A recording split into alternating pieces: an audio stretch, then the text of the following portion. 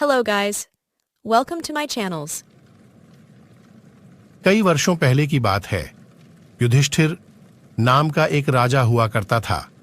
उसे शिकार का बड़ा शौक था। एक बार वह अपने सैनिकों के साथ शिकार के लिए जंगल गया हुआ था।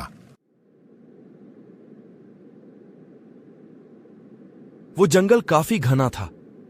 शिकार की तलाश में वह जंगल में काफी अंदर तक चला गया था। तभी वहां अचानक तेज तूफान आ गया। सब तितर बितर हो गए। जब बारिश रुकी तो राजा ने देखा कि उसके आसपास कोई भी नहीं है।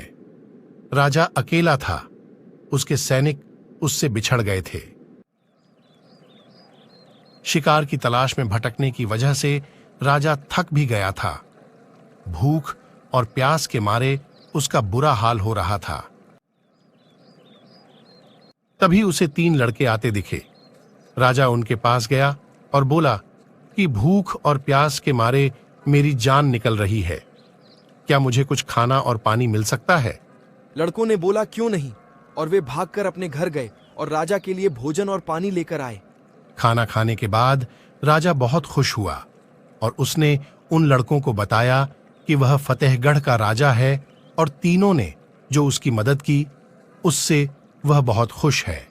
राजा ने तीनों लड़कों की सेवा से खुश होकर उन्हें बदले में कुछ मांगने के लिए कहा। इस पर पहले लड़के ने राजा से ढेर सारा धन मांगा ताकि वह आराम से अपना जीवन व्यतीत कर सके।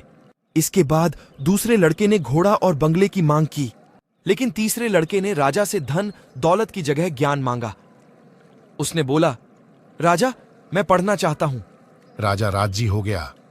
उसने पहले लड़के को वादानुसार बहुत सारा धन दिया, दूसरे लड़के को बंगला और घोड़ा दिया और तीसरे लड़के के लिए टीचर की व्यवस्था कर दी।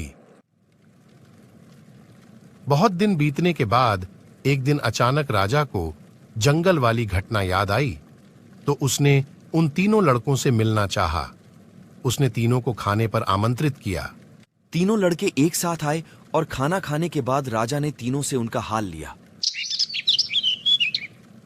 इस पर पहला लड़का दुखी होकर बोला, इतना धन पाने के बाद भी आज मैं गरीब हूं।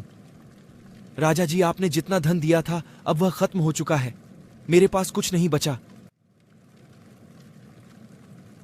राजा ने दूसरे लड़के की तरफ देखा तो उसने कहा, आपके द्वारा दिया गया घोड़ा चोरी हो गया और बंगला बेचकर जो पैसा आया वो भी कुछ खर्च हो चुका है और बचा हुआ भी जल्द खत्म हो जाएगा। हम तो फिर वहीं आ गए जहां से चले थे। अब राजा ने तीसरे लड़के की ओर देखा। तीसरे लड़के ने बोला, राजा मैंने आपसे ज्ञान मांगा था जो रोजाना बढ़ रहा है। इसी का नतीजा है कि मैं आज आपके दरबार में मंत्री हूं। आज मुझे किसी चीज की जरूरत नहीं है।